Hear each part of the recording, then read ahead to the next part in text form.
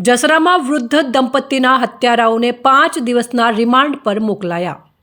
લાખણીના જસરા ગામે તાજેતરમાં એસએમસીના પીઆઈના માતા પિતાની ઘાતકી હત્યા કરી લૂંટ કરાઈ હતી, જેને લઈને હડકંપ મચી ગયો હતો. જોકે વૃદ્ધ દંપતીની હત્યાને લઈને બનાસકાંઠા પોલીસે અલગ અલગ 8 જેટલી ટીમો બનાવીને ગણતરીના કલાકોમાં જ દંપતીની હત્યા કરનારા 4 આરોપીઓની અટકાયત કરી પૂછપરછ કરતા અંધશ્રદ્ધા અને કાળા જાદુને લઈને દંપતીની હત્યા અને લૂંટ કરાઈ હોવાનું સામે આવ્યું છે.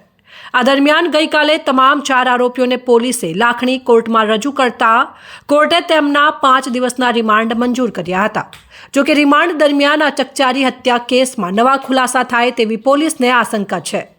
મૃતક દંપતીના પડોશી મુખ્ય હત્યારા સુરેશભાઈ શ્યામળાભાઈ પટેલ અને તેમના પિતા શ્યામળાભાઈ રૂપાભાઈ પટેલે પૈસાની તંગીથી કાયમી છુટકારો મેળવવા કાળા જાદુનો સહારો લીધો હતો અને સુરેશ પટેલના મામા ઉમાભાઈ ચાલાજી પટેલ અને દિલીપજી મફાજી ઠાકોર ઉર્ફે ભુવાજી સાથે મળીને હત્યા અને લૂંટનો કાવતરું રચ્યું હતું અને દંપતીની હત્યા કરતી વખતે તેમની મરણ ચીસો સંભળાય નહીં તે માટે કાવતરામાં સામેલ રામપુરાનો ઉમાભાઈએ ખેતરમાં ટ્રેક્ટર ચાલુ રાખ્યું હતું, જે દરમિયાન સુરેશ અને તેનો પિતા શ્યામળ અને દિલીપ ઠાકોરે વૃદ્ધ દંપતીની ઠંડા કાળજે હત્યા કરી હતી.